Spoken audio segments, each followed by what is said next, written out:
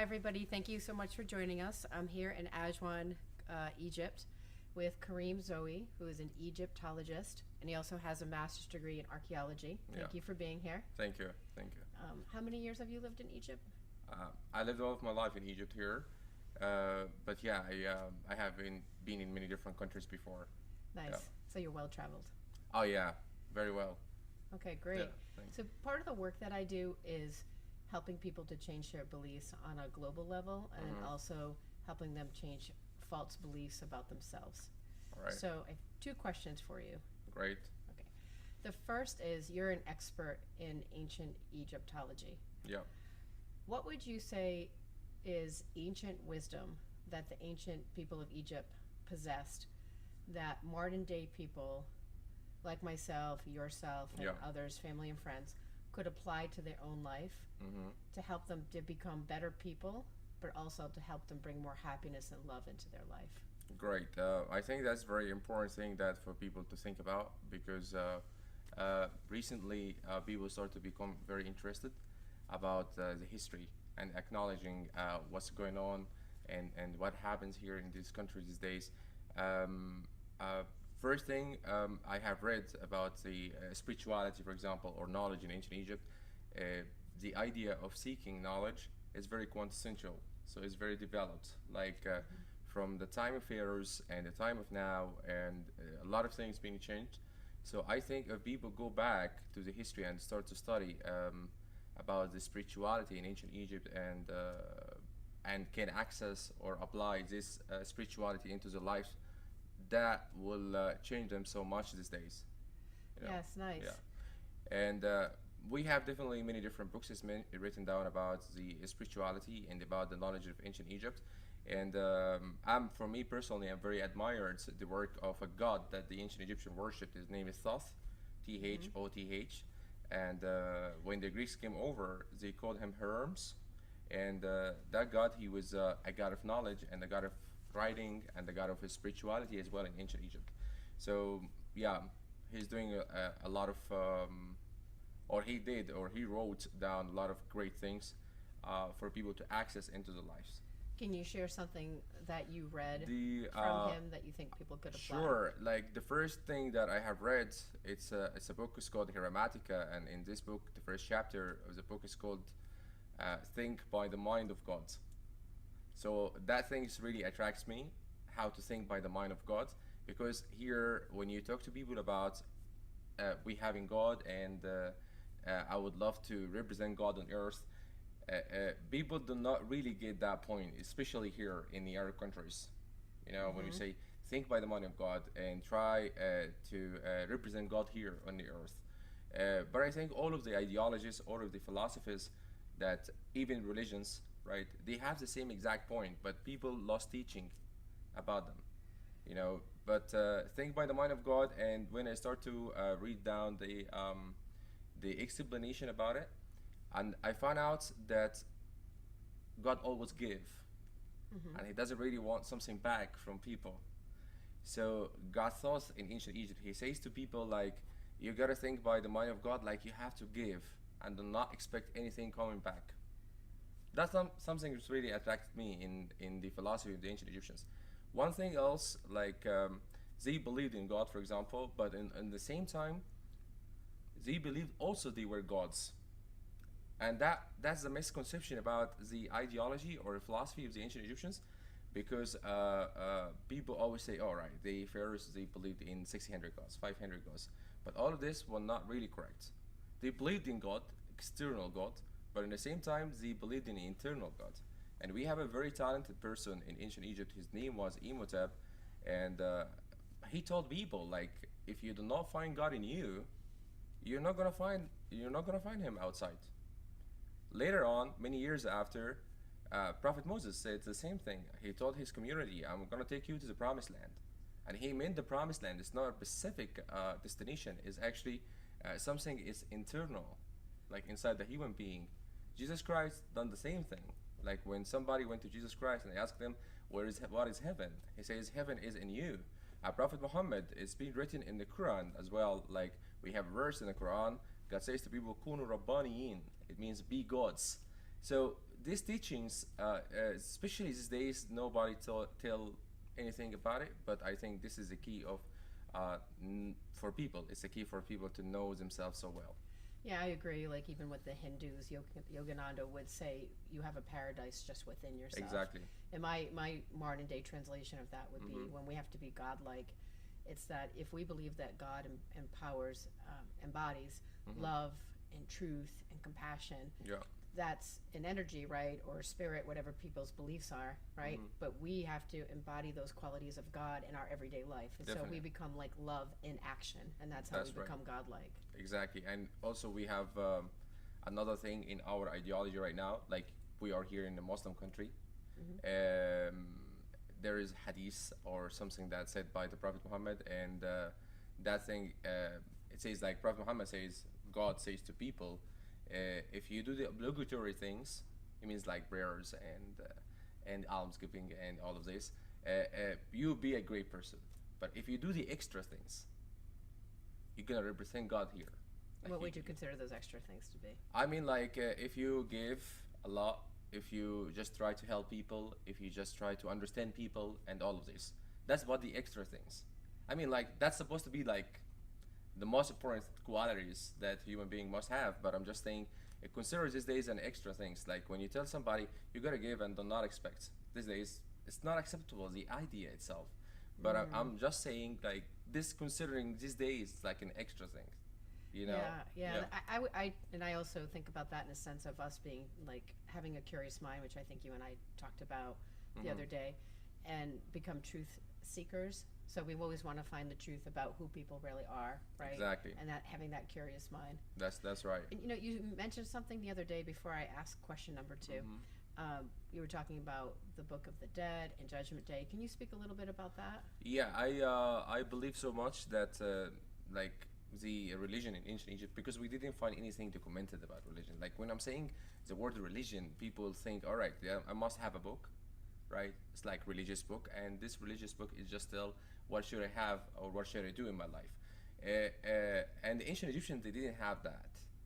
The philosophy or the religion in ancient Egypt is just about bringing love to yourself and bringing love to the others, bringing joy to yourself and bringing joy to the others.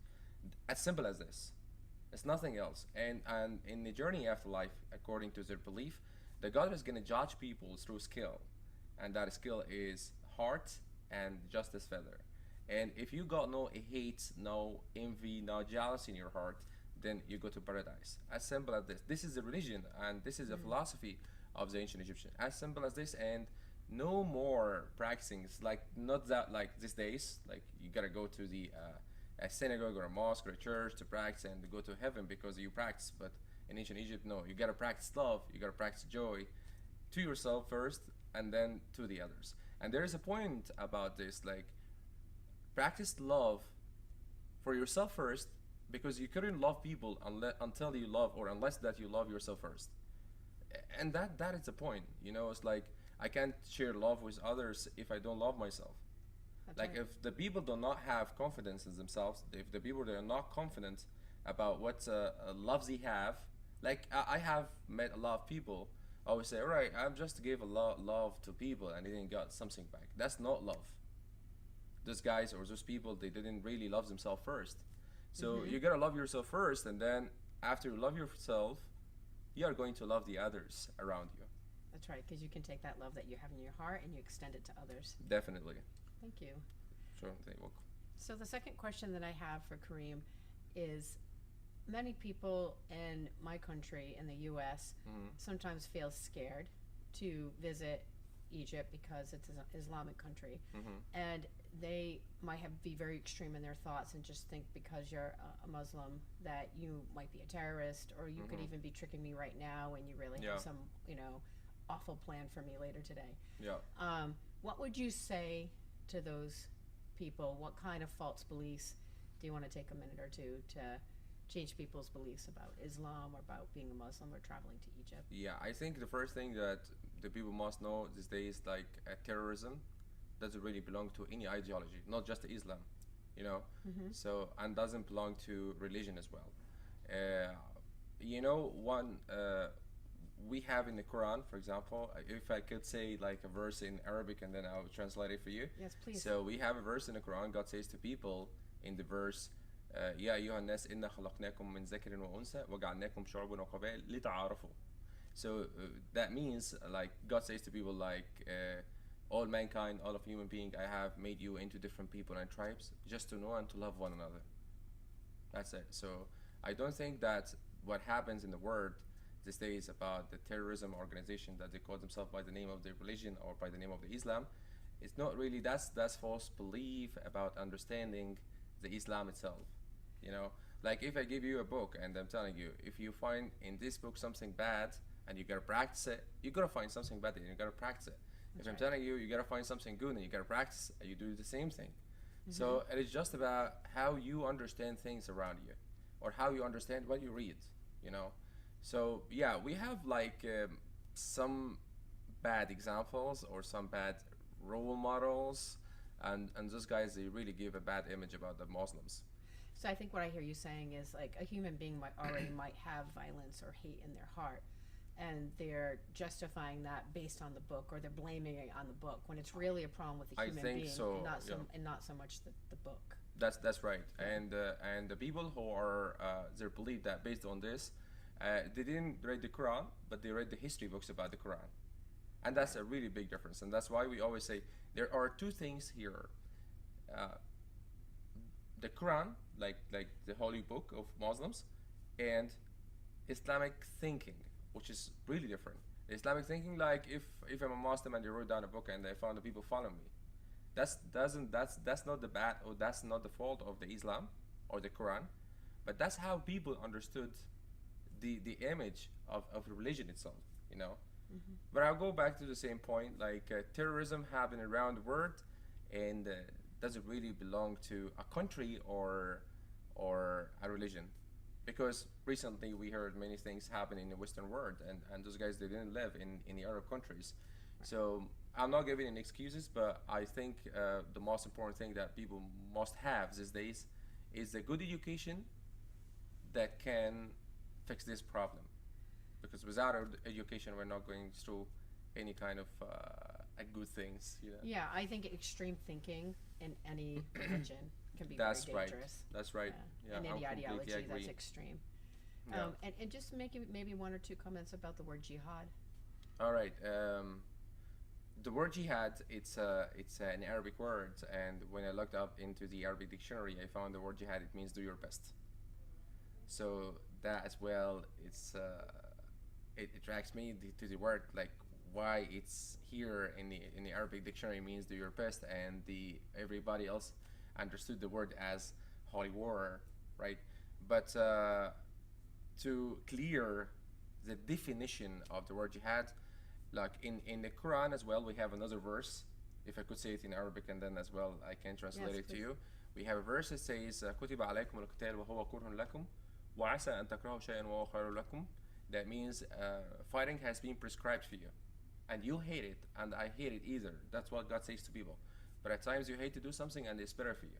It's an examples like the word jihad, it comes out, or the fighting comes out from defending yourself. Like if you are sitting in a place and you find somebody carry the gun and shooting the people around you, if you go to that guy and try to beat him up, you're using violence. But could you say it's a good violence or bad violence? That's the point. Like if you try to save your life and try to save the other lives, but not by killing people, but just by like pushing them away. That's what the fighting and violence that is written down in the Quran. I think I interpret that meaning like self-protection. It's a self-protection, self-defense. That's right. Yeah. Okay. Yeah. Thank you. You're welcome. You're welcome. Do you have any final thoughts or comments you want to make? Yeah, I'm just would love to tell people like around the world, like especially in the Western countries and in US as well, like people are equals and people are one, you know. And as Mark Twain says as well, like one for all and all for one. Like we have to help so each other, and we have to get closer just to understand. Like you are American, you came over here, and you experience how living in here and how people act and how people as well think about the different things. So you wouldn't know that if you didn't come here.